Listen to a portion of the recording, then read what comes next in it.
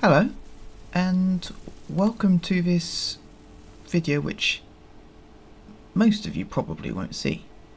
This video is going to be unlisted and in the description of episode 0, or episode 1, not quite decided about yet, of my new Zest Husky Plays continuation series.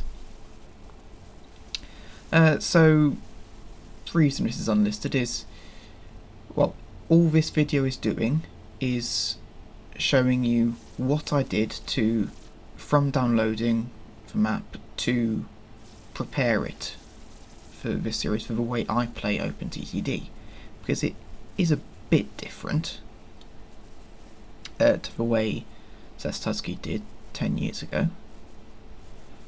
Yeah, so obviously you can see we're starting here at Printingworth, the same place that I started, or will start, episode 0 at, because I'm recording this video before that one. Yeah, so literally we're just going to do a couple of things in this video. That is just running through the settings of this game and also running through the NewGRFs, so you can see what my settings are and what NewGRFs I am going to be using. Because if you compare this video and Zest Husky's original videos 10 years ago, it looks pretty different. Namely, the track NewGRF that I'm using is different, so I think he was just using vanilla tracks. Yeah, so first off, we are just going to go into... Actually, let's go into game options, because, I mean, I've not really changed anything, but you can see what I'm using for this. So, yeah, as you can see, no sounds, no music, though I think a couple of the NewGRFs do have their own sounds, so you will still hear some stuff. And that is a very nifty feature that they use in the OpenTTD Discord server, multiplayer servers, where you can send a multiplayer chat into Discord. It's actually really useful. But anyway, on to the meat of this video. The main settings page. If we click expand all, and then okay, so I didn't. Okay, I didn't actually save my changes. So then, first off, we're just going to go through localization. So speed units, we're going to go with imperial and knots, just because I live in the UK. That is kind of what I'm used to, and like, I grew up by the seaside. We always measure sailing speed in knots. So yeah. Vehicle power, weight, volumes, I don't usually bother with these, so I just... yeah, okay, that notification didn't show up. Right, this is also my first time testing this setup for OBS and new mic, so yeah, I'm gonna have weird quips like that where something pops up and I want to check if it's come on screen or not. But yeah, so height again, I don't really deal with that. Right, now graphics. Obviously you can see here I have set it into normal. So that means that I can't zoom any closer than this. I can zoom out all the way, but I can't zoom in any further. So obviously I could, if I wanted to, set that to 4 and come all the way down here, and which I may do at some point in the future, but for now I've been playing like this for a couple of months and I quite like it currently. I suppose I was mainly using it when playing a save with Timberwolf's mod, which I'm not going to be using in this save. So yeah, I quite liked the way Timberwolf's trains looked in normal as opposed to super close in. I know they're designed for really close in, but yeah, I preferred it, and as such I've stuck with it for the time being. So then, actually I suppose that might have something to do with... we'll just leave that. It doesn't really make a difference with the scale of models I'm using from these NewGRFs. Sounds button, yeah, everything's on.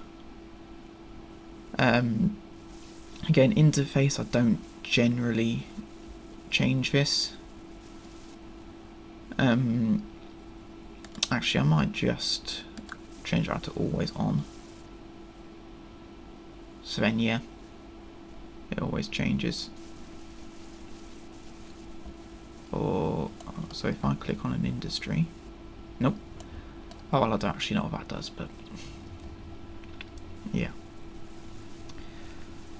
So then show names in industry viewport tooltips, so that is showing the biorefinery in that tooltip. I don't want to show required cargoes because I'm already showing stockpiled cargoes. That would basically just duplicate each other. And I don't want to show produced cargoes either because that's not important to making an industry function. You don't need to transport out of it, you just need to transport into it. So then depot viewport tooltips. What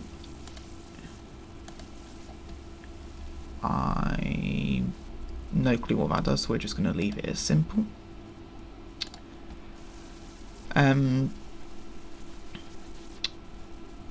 Again, not really changing much. I might have changed that in the past, but I'm not changing for this save. And cargo details, yes, that is always useful, especially if I want to hide stuff and I still need to see stuff like how many passengers are waiting. Autosave, never really touch that. That sometimes I'm minded to switch it off, but it's still useful for backups and stuff. So this is map mode.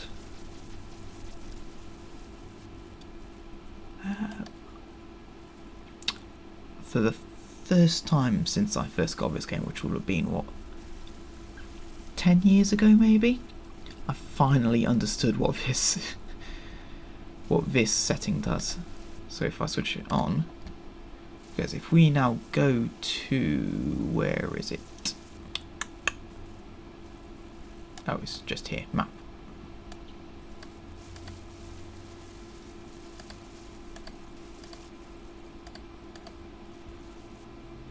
Because, okay, maybe I haven't understood what this does.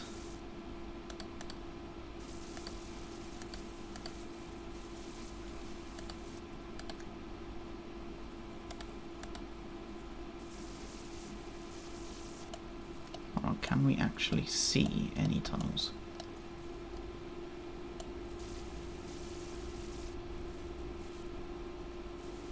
Ah, up here. So, anything?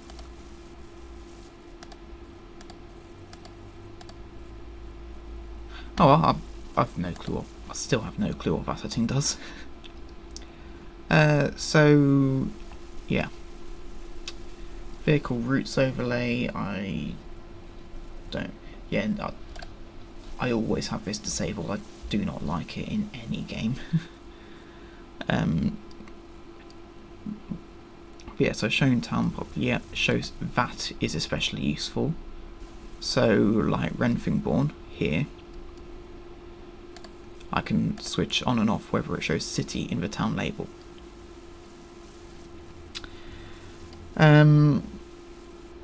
I've recently switched off showing path reservations in other save games, not especially for this one, because yeah, I've grown to not really need it, and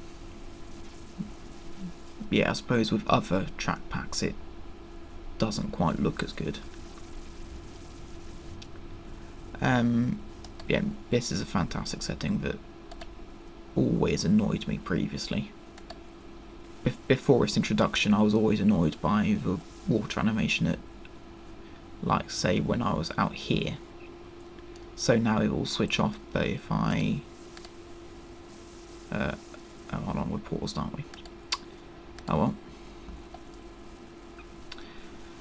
well. Alright, construction, so yeah, it's most used, and ask before demolishing structure for industries and rail stations. Right, vehicle windows. Show the NewGRFs name. That I have had on for a long time, but as you can see here, the default value is off. So that helps me to debug the NewGRF. Right, sorry, something on my desk. Yeah, so that just helps me to debug when something goes wrong with a train. It allows me to see what NewGRF might be faulty, and I can then go in and fix it. Show the cargo, show wagon instruction here. That's also something that isn't in the default in the vanilla game. Show vehicle group in details. Yeah. Show advanced. I don't know what the unadvanced loading mode feature is, but yeah, I've switched that on. Yes, I like the go to depot and sell feature, so I always have that on. And switching off when I'm share cloning. This is something that is unique to JGR, where if I go into a train depot, so like this one, click on new vehicles, and you can see that locomotives and wagons are separated, and you've even got separate buy buttons, which is a masterstroke from Mr. JGR. And there are the separate buttons. Right, show order occupancy. Yep, I do that. So that is in the orders. You can see these numbers here. That is how full the train is on average at each stop. So it accumulates over time. It accumulates data over time. Show group hierarchy. When enabled, and show to include a group. No, I'm actually going to switch that off, because then it is just for group name in the vehicle window.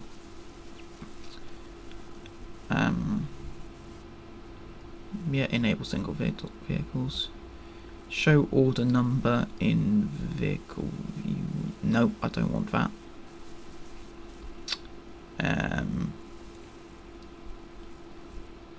Yes, I like them that way around. So that shows speed before destination. So if the destination is particularly long, like, let's see if I can find an example. Like Sundinghead Cross Industrial Park.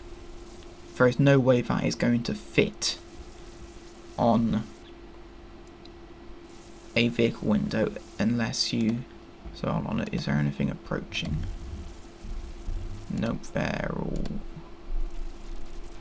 loading or unloading. Okay, so yeah, so if you were to replace Penfield with Sundinghead Cross Industrial Park, it would be a very long name and probably stretch off the screen, off the window. So in default, where the speed is after the destination, you wouldn't be able to see the speed with a particularly long destination name. This setting allows you to see the speed regardless of the destination, and I really like that feature. So let's just have that all now. So yeah, Sven, I think I'm just going to change this to 20 because I don't really use that. I don't really use more than 20 departure boards.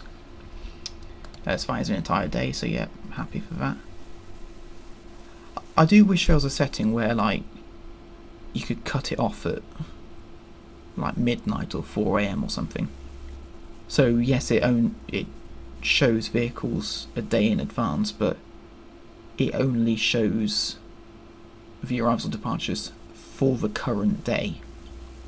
Because if you go to a station in real life, it doesn't show tomorrow morning's departures at 10 o'clock in the evening. It only, like apps like Trainline might, but in the actual station on the departure boards, you don't see the following morning's departures. Or maybe I've just never been at a station late enough to see that. So no vehicle name, no group name, no company name. Vehicle type I do like, and icons for docks and airports. So if I go to Penfield, switch off all the buses and ships. So yeah, you can see the vehicle icon is in silver next to the destination. I've got larger font switched off, so this moving text is a smaller font, whereas if I were to switch it on, you would see there that it's the same size, but I don't really like that. I've got this turned off. For years I had it turned on, but I'm not quite sure what it does. So handle unpredictable conditional order jumps for departures by assuming they will be taken. Yeah, because I am going to be using conditional orders a lot in this save, so assume they will be taken. Yeah. Right. Ticks per minute 600. This is the big change for me, but this is what enables me to plan a timetable to a reasonable level of accuracy. Because 600 I feel is good for a save like this, because we're not trying to go super realistic. I would have set it, I would have like tripled the ticks per minute if we were going for ultra realism. So 600 ticks, we're probably going to see one in-game minute be equal to about 18 or 20 seconds, which I think is just fine. No offset, and I just want to show the year alongside the date in the bottom left corner. And then show timetable in ticks rather than days. It's only been in the last couple of months actually that I've been convinced to turn this off. Or back off, sorry, because as you can see the default value is off. But that's only because I've discovered this one, which is leftover ticks in timetable. So this means that if I click on the timetable, it's 0 minutes plus 444 ticks. So under my system, where because I'm hoping to still work in railway timetabling, in the UK all railway timetables are rounded to the nearest 30 seconds. So for me, that is going to be either 0 additional ticks or 300 additional ticks for 0 or 30 seconds. So this would round, so this value here, stop at Breffing Hill, this would round down to 0 minutes and 300 seconds.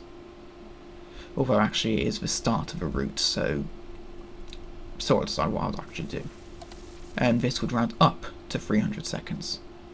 So the boundaries are 150 and 450 ticks for rounding up and down.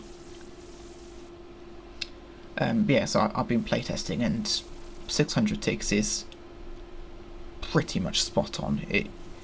It's long enough for a minute to actually mean something, but short enough for trains to not be idling for absolutely ages. Right, let's move on. Arrival and departure in time. This, I don't actually use this as much anymore. Mainly because the control key on Windows has so many secrets to it, including in scheduled dispatch. But before I would have to manually type in every single departure. So like 0150, 0250, 0350, 0450.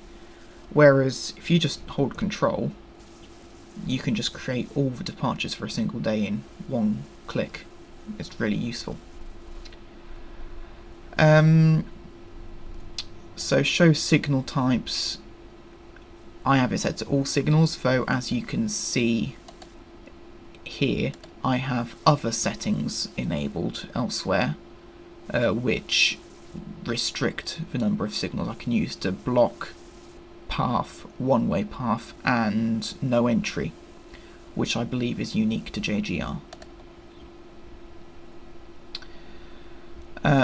So when drag, I never really drag signals. Automatically reverse off, show default restrict. Nope, I've got a different way of showing restricted signals. So that is, I can't pin this, so I'll show you later the restricted signals. Restricted signals. All signals used. No. Right. Show advanced routing restriction features. That is another big one. So if I again. So that is this cog wheel here. So if I click on a signal, you've got this, well, it's basically code, and you can have different restrictions on the signal. So for example, I can say deny, although I don't want that. And in fact I'll just can I distort current? Right. Let's see if I can, okay. So I use zoning to show restricted signals, and it is the inner tile borders which show them. So I could show up, so yeah, no.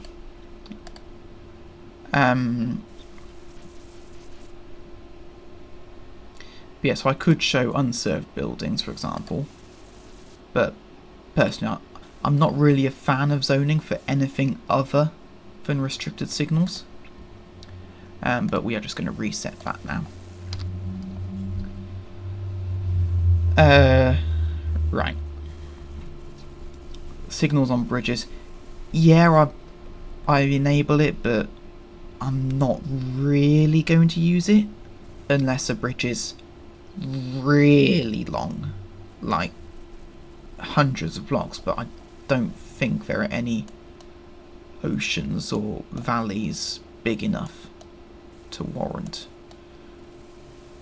that sort of, I mean, I suppose maybe here or something, I don't know. But anyway, let's continue on. Sort track type, sort of speed, yeah. Right, news, I don't really touch that though, because of the date I have switched new vehicles off. because Zest Husky had it on full, which would have been more important when he was playing it, because he started in like 1990 or something like that. In fact, when did he start it? I can probably find out. Start date 1992, so yeah, he started it in 1992. And yeah, new vehicles would have been coming out pretty much every year, so that would have been important for him. But yeah, it's pretty useless now. For one thing I have switched on is warn if a train is stuck due to a routing restriction, because obviously routing restrictions didn't exist 10 years ago.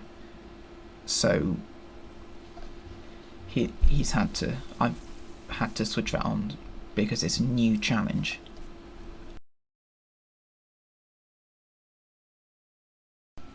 Right, where was I? Ah, right, routing restrictions, yeah. So new challenge, blah blah blah blah. Economy changes full. Starting company, yeah, he always liked dark blue and white because those are the old BR colours, and you know what, I kind of agree, they are quite good. I have up to this from 100,000 to 500,000, just because I know from playtesting that this £1 billion we've got, that runs out very quickly.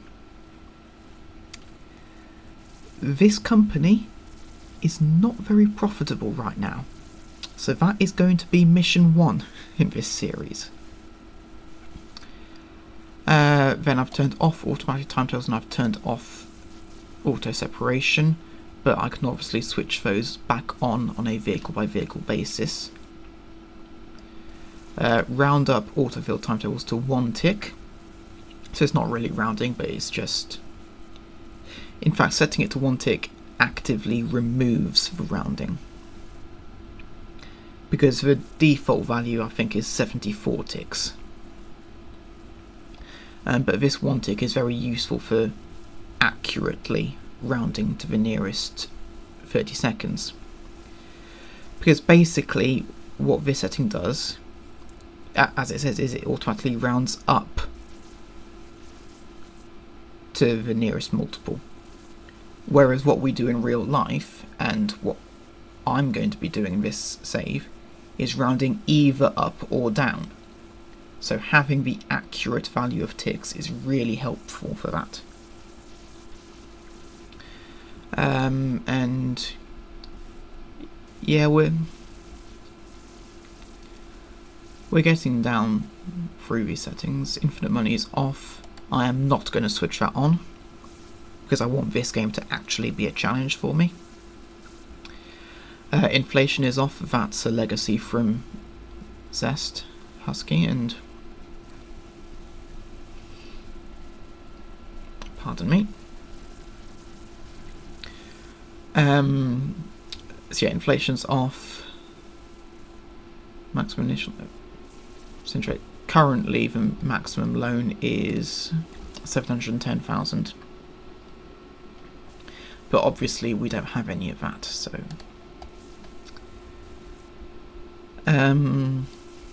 infrastructure maintenance is off. Thank goodness. The money would run out even faster if that was on.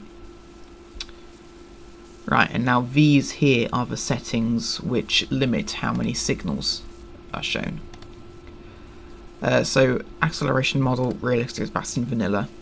But then it's these two with expert next to them. Train braking model, realistic. That is the one which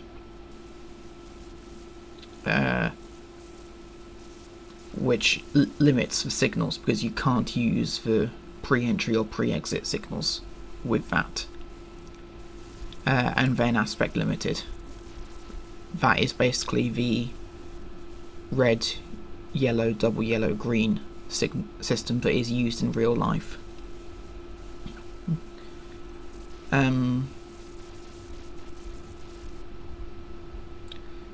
So yeah, I don't think the NewGRF I'm using is compatible, but yeah, it's a fun difficulty to try and add. I haven't limited train acceleration. I'll switch that off. well, weight multiplier, I've increased this to 2, so freight trains will go a teeny bit slower. Train speed adaptation, this is a really interesting one, and we will only really get to see it in the early videos of this series when I haven't got a neat and proper timetable set up. So you will still see fast trains approaching slower trains from behind. So what train speed adaptation does is it slows down the fast train to the speed of the slower train in front at each signal, and it updates at each signal. So yeah. So ships avoid collision. Yeah. Vehicles drive on left. Disallow trains reversing at stations. Forbid trains from making 90 degrees turn. For some reason he had this switched off, which I'm never a fan of. It's like, it means that you could have a train go from one platform to an adjacent platform just by turning around, and I just don't like how it looks. And drive-through train depots, these are something new, but even though I've turned them on, I'm not entirely sure I'm going to use them. Because they come into their greatest use when you actually use depots, whereas I don't really. I tend to use the sidings method, which means that I only need to use depots for train creation. Right, let's continue. New orders are non-stop by default. I have immediately switched this on upon loading the save, because so many of his services currently do not have non-stop settings, which means there are so many implicit stops where a train stops at a station which it isn't supposed to, and it keeps that on the orders sheet, and I just don't like that, and only allow non-stop orders. So yeah. And new trains stop in the middle of a platform by default. I mean, that's how I play the game, but I'm honestly not entirely sure how realistic it is. So we'll see. It just pleases my sense of symmetry whenever a train stops at a platform, frankly. And level crossings. I don't want to know how many crashes he had, because he had these switched off. So a train could, or a bus could, so let's, oh, where's there a level crossing I can demonstrate this with? No, that's a bridge.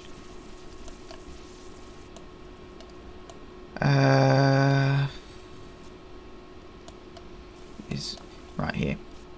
So let's say a train was coming along this track towards Sarnway, through here. So a bus that happened to be around here previously would have stopped on this tile because this level crossing was shut.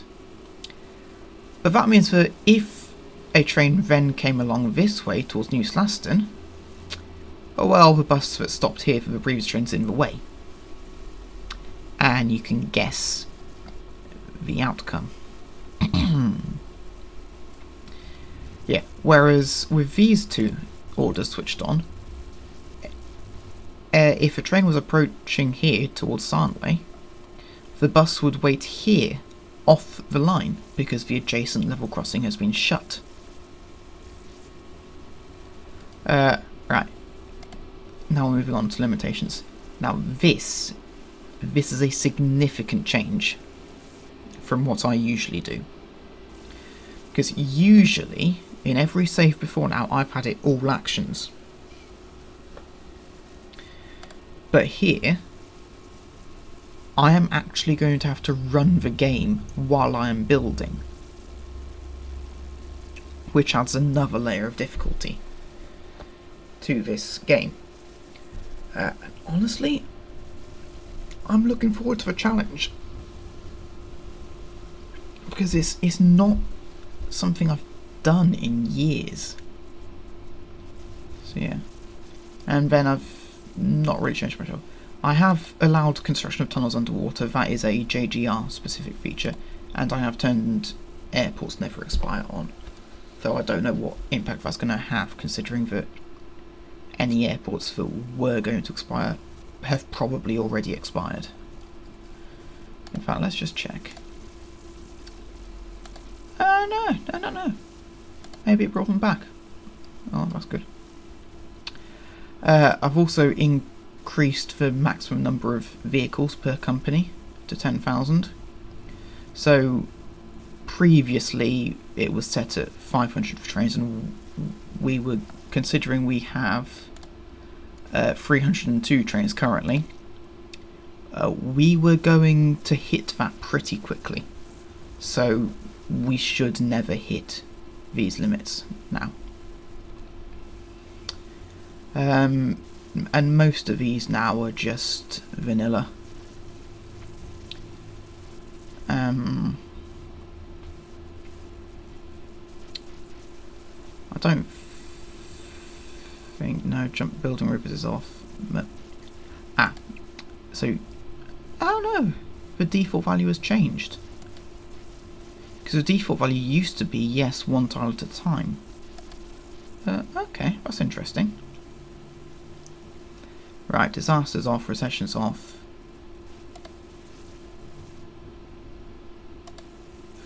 I'll switch recessions on.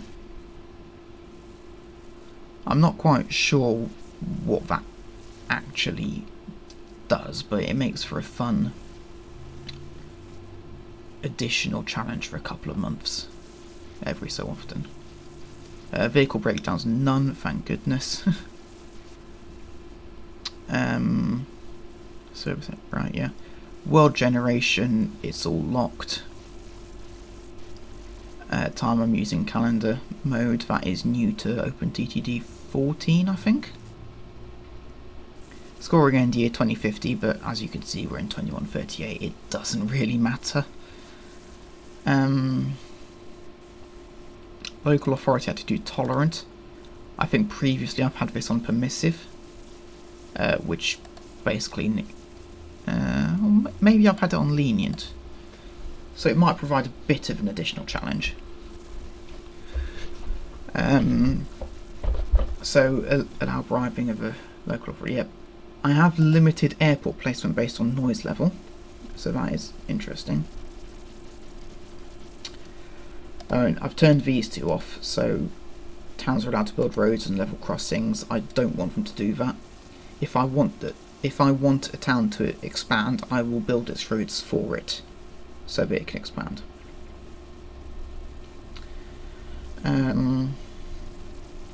So obviously that is founding of towns in game.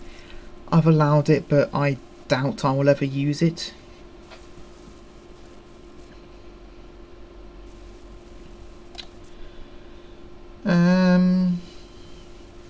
Yeah, we'll keep that off.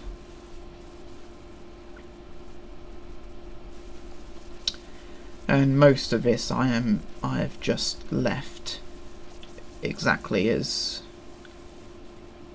Zest Husky was playing it. Yeah, because there isn't really that much to focus on. And yeah, so that's it for the settings. So now I'm going to show you through the NewGRFs that I'm using, because they are a bit different. The vehicle NewGRFs aren't that different. Obviously I have got the editor mode switched on. I forget what the command is, but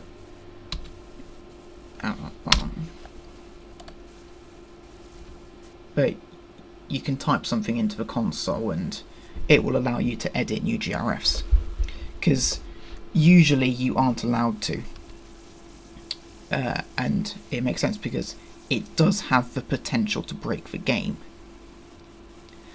which is why I will never recommend removing a NewGRF that you know you are using.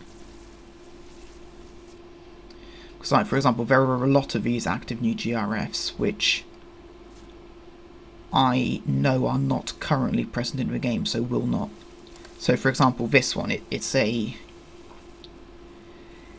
NewGRF that is currently in development as of 2025. But I have literally just added it to the save, and I know I have not used it yet, so I feel fairly confident in removing it. I have also added these because, like, Zest Husky did have the original Hungarian Stations NewGRF, but obviously it's 10 years later. A number of these NewGRFs have seen significant updates. The Hungarian Stations more than most. In fact, one such NewGRF which has experienced some changes is a Finnish train set. In fact, I have had to remove some services from this map, which I will introduce, reintroduce once I finish going through the NewGRFs, because the Finnish train set does not like being updated, so I did have to remove those services in order to update the NewGRFs. But yeah, so Bob's British Buses, that's Legacy. Most of these UK I have added the community bug fixes NewGRFs for UKRS2, because Zest Husky only had the original UKRS. First industry replacements. I'm just going to check the parameters. Prevent industries opening during gameplay.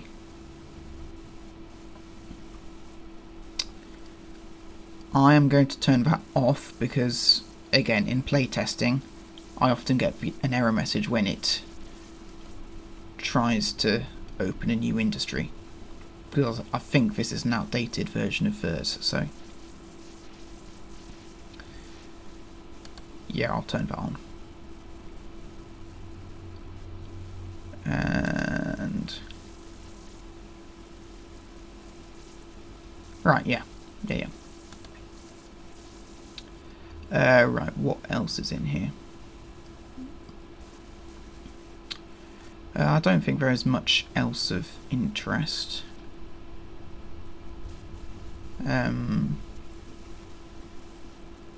Yeah, so that is the track pack that I am using. Fine, it's got a different name in the online content. I forget what it's called, but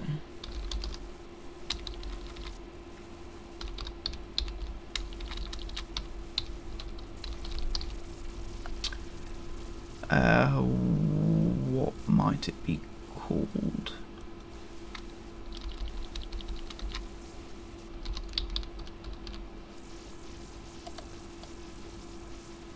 Nope, don't think it's that. Oh, there we go. That'll be it. Yep, there we go.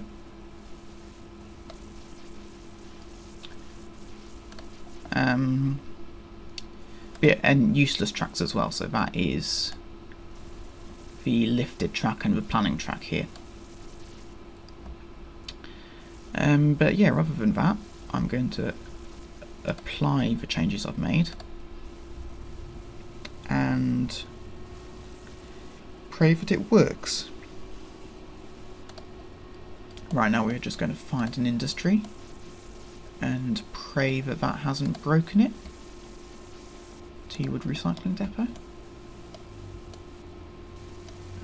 Where's it? Right, yes, good. It hasn't broken the industries. Right, so now I just need to reintroduce the services I had to remove that we're using with finished trains. So, in fact, I will just run you through which services I had to remove, and then I will go away off camera and reinstate them.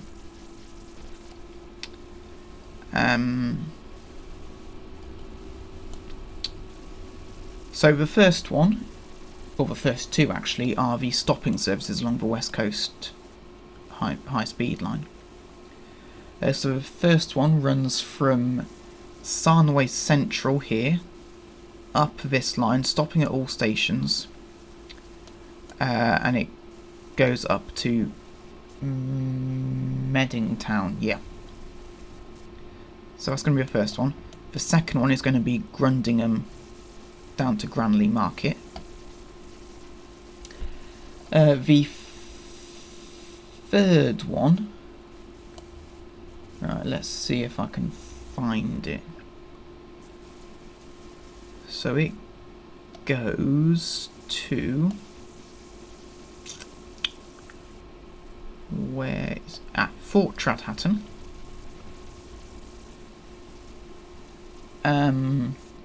Right, so Fort Tradhatton, through Wanningley, through Nunwell, through Renfingbourne, down through Flunfingfield, then down through Pladworth and down to Preffinghill. The second one is Sarnway, through New Slaston. Yep.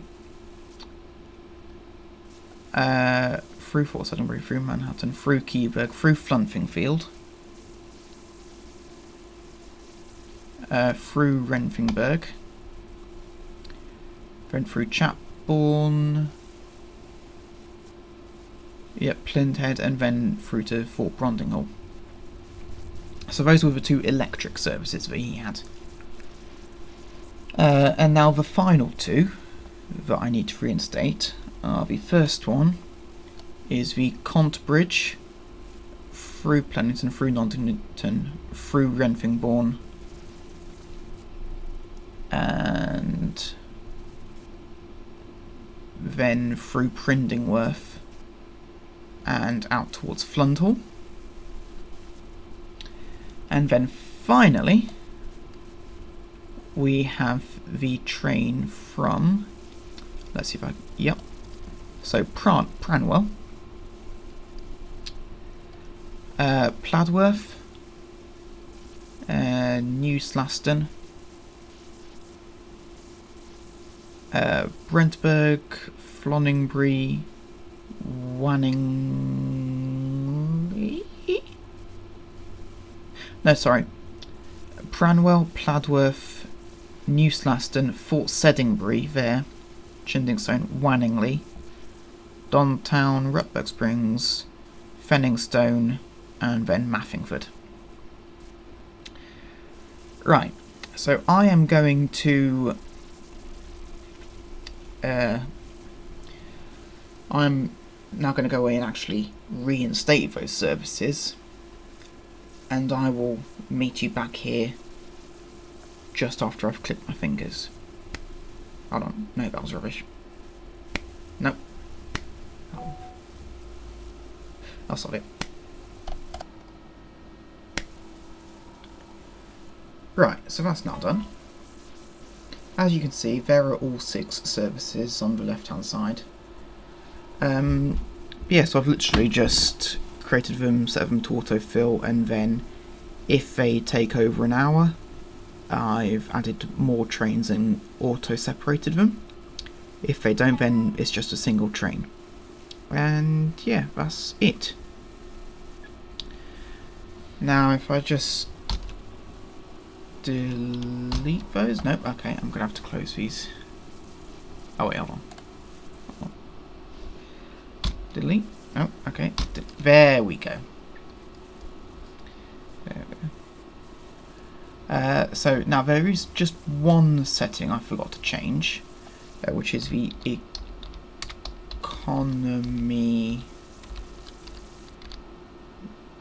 economy speed reduction factor. So by default this is set to 1, and it was set to 1 earlier, but I have just changed it to 10 because obviously the years aren't important anymore, only for financial bookkeeping. So years progress 10 times slower. That is completely separate to the time. It's still 600 ticks per minute. So yeah, with that, that is the setup. That is this save file ready for episode 1, I think I'm going to call it, because we've done all the setup here. So yeah, hope you enjoyed this video. Hope you enjoyed episode 1, because you'll have had to watch it to click on this video. And yeah, I look forward to continuing this map with you. And so until next time, have a good week and bye bye.